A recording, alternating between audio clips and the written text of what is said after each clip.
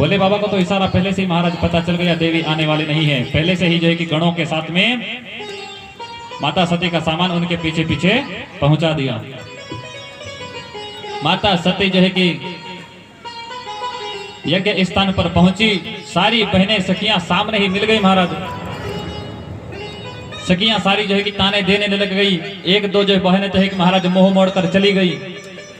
एक दो सखी ताने देने लग गई, अच्छा हुआ तुम आ गई, हमने सुना कि जो है कि पिताजी ने तुम्हें निमंत्रण कार्ड नहीं दिया, परंतु तुम आ गई तो अच्छा हुआ। लेकिन जोगी नहीं आए और टाटम्बरी कहाँ रह गए? महाराज ताने दे रही है और टाटम्बरी नहीं आए, कहाँ रह गए? महाराज माता सती ने सबको छोड़ दिया, सारी बहनों को छोड़ दिया, किसी से नहीं मिली, मिलने के लिए गई कक्ष में।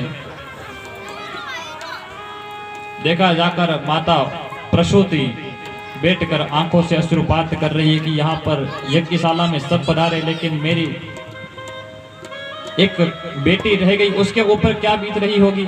माता सती यहाँ पर इतने बड़े यज्ञ का आयोजन हमारे घर में रखा और उसको निमंत्रण कार्ड नहीं भेजा गया। महाराज माता प्रसूति बैठकर आंखों से अश्रुपात कर रही। जैसे ही माता सती कक्ष में जाकर के देखा, सामने ही माता प्रसूति ने जब मां सती को देखा तो तुरंत अंदर से गदगद हो गई। भागते हुए मां सती को अपने हृदय से लगाया, गले से लगाया। महाराज अच्छा हुआ जो है कि पुत्री तुम यहाँ पर आ गई। बुरा लगा कि जो है कि उन्होंने तुम्हें निमंत्रण कार्ड जो है कि भेजना नहीं चाहा। पूरी व्यथा वहां की सुना दी। माता सती समझ गई कि यहाँ पर जो है कि क्या रामलीला चल रही है, किस कारण से पिताजी ने यज्ञ का आयोजन रखा है। मेरे परमेश्वर तो उस बात को भूल गए, लेकिन पिताजी अभी तक उस छोटी सी बात को लेकर बैठे हुए हैं। ठीक है, मैं जो है कि पिताजी से मिलकर आती हूँ, उन्हें समझाती हूँ। महाराज पिताजी से मिलने गई तो पिताजी ने मुंह मोड़ लिया पुत्री से। कोई बात नहीं, पिताजी ने मुंह मोड़ लिया। माता सती को कोई बात नहीं, मना लेंगे, पिताजी कहाँ जाएंगे। परंतु जब यज्ञशाला में पहुंची महाराज माता सती, देखा सभी का स्थान लगा हुआ है। सर्वप्रथम प्रभु जो है कि गजानन गणपति का आसन लगा है, विष्णु भगवान का आसन लगा, ब्रह्मा जी का आसन लगा, त्रिलोक राजा इंद्र का आसन लगा है, सभी देवियों का, अप्सराओं का, गंधर्वियों का, सभी का आसन लगा हुआ है। सभी संत महात्मा जो है कि बैठे हुए हैं, परंतु पति परमेश्वर का आसन उन्होंने, परमेश्वर का आसन नहीं मिला महाराज। वहां पर एक पत्नी जीवन में सब कुछ सह सकती है महाराज। आपकी बड़ाई कर रहा हूं, राधे राधे बोल रहे। एक पत्नी अपने जीवन में सब कुछ सह सकती है, परंतु पति परमेश्वर का अपमान कभी नहीं सह सकती है महाराज। राधे राधे। पति परमेश्वर का अपमान कभी नहीं सह सकती। बाकी जीवन में सब कुछ सह लेंगी आप, मुझे पता ही नहीं महाराज कि आप कभी नहीं, कभी सहन ही नहीं कर सकती पति परमेश्वर का अपमान। और आप क्या कोई नहीं सहन कर सकती महाराज परमेश्वर का अपमान? कौन सहन कर सकती है? माता सती ने जब भोले बाबा का आसन नहीं दिया, पिताजी को तुरंत डांटने लगी, हे पिताश्री आप इतने अभिमान में चूर चूर हो गए, सब कुछ भूल गए। उस छोटी सी बात को लेकर आप अभी तक इतनी बड़ी गांठ जो है कि आपके मन में लगी हुई है, अभी तक उस गांठ को ही लेकर आप छोटी सी बात को लेकर चल रहे हो। इतना बड़ा अपमान जो है कि आपने उनका किया, सभी का आसन लगाया, एक आसन जो है कि उनका भी लगा देते, क्या फर्क पड़ जाता प्रभु? पिताश्री इतने अभिमानी हो गए आप, इतने घमंड में आ गए आप, एक छोटा सा पद पाकर, एक छोटे से सिंहासन पाकर के।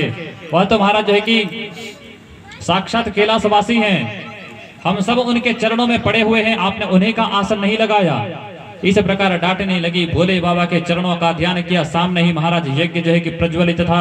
माता सती ने प्रभु का ध्यान करते ही अपने प्राणों को उस यज्ञ कुंड में अर्पण कर दिया। बोलिए श्री माता सती की जय।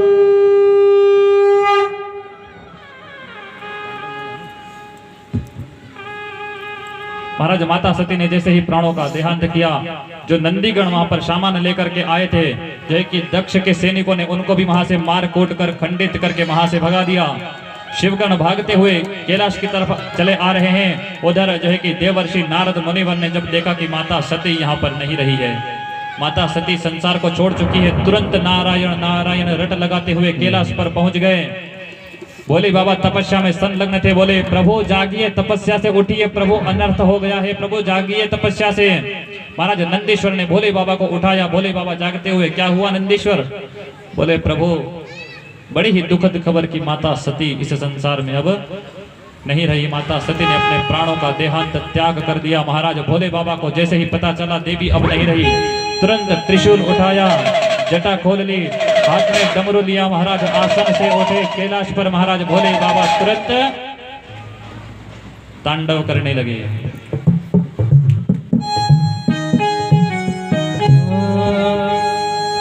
जटाटवी गलज्जल प्रवाह पावित स्थले गले लंब्य लंबिता भुजंग जंगमालिका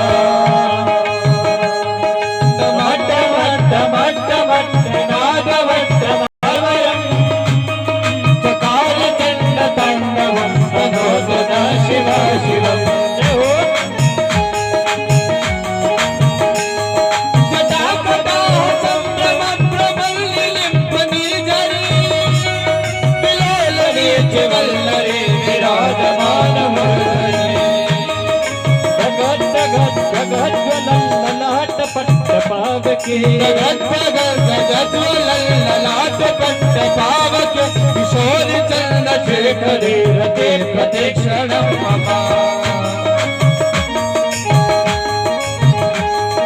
राजरेन्द्रनन्दिनी विलास बंधु बंधुर पुरद्विगत संतति प्रमोदमान मानसे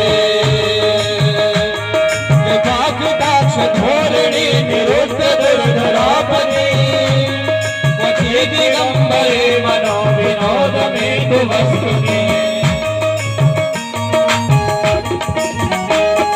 जटाभुजंग पिंगल स्फुरद्वरामणि प्रभा कदम्ब कुंकुमद्रव फलेव दिग्वधूपे मदान्ध सिंधुर स्फुरत्व गुप्तदीय मेधुरे मनो विनोद मदभुतं विभूत भूतवर्धरे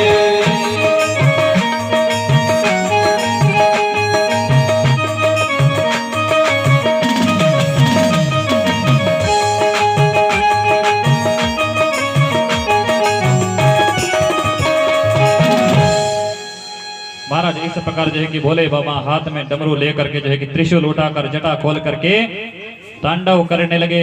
अपने जो है कि बालों से एक बाल उखाड़ करके जो है कि तुरंत जमीन पर फेंका।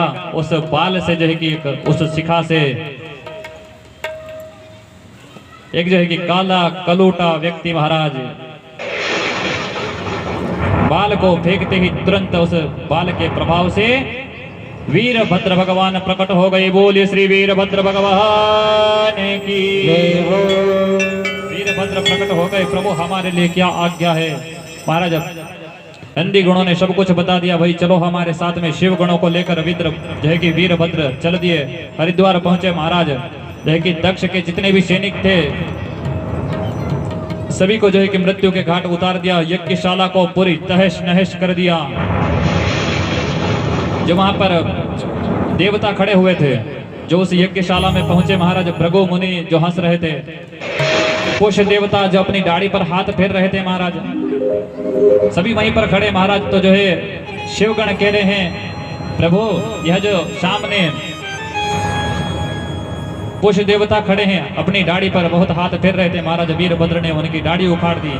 बोले यह भृगु मुनि बहुत जो है कि हंस रहे थे महाराज, उनकी दाढ़ी उखाड़ दी, दांत तोड़ दिए, किसी के नेत्र फोड़ दिए महाराज। इस प्रकार सभी देवता को वहां पर खंडन कर दिया। यज्ञशाला में गए महाराज। दक्ष जो है कि सामने ही खड़ा है। शिव गणों ने कहा प्रभु यही है जिसने जो है कि प्रभु भोले बाबा का अपमान किया और इन्हीं के कारण माता सती ने अपने प्राणों का देहांत किया। तुरंत वीरभद्र ने तलवार निकाली। सामने ही राजा दक्ष खड़े, एक ही तलवार में महाराज उसके सिर का यज्ञशाला में यज्ञ कुंड में आहुति लगा दी महाराज। तुरंत उस यज्ञ में दक्ष के जो है कि सिर की आहुति लगा दी। इधर जो देवता खंडित हुए थे दौड़ते हुए भागते हुए ब्रह्मा जी के पास में पहुंच गए। बोले ब्रह्मदेव हमारी रक्षा कीजिए, वीरभद्र ने तो हम सबको खंडित कर दिया। किसी की दाढ़ी उखाड़ दी, किसी की बत्तीसी बाहर निकाल दी, दांत तोड़ दिए, नेत्र फोड़ दिए। प्रभु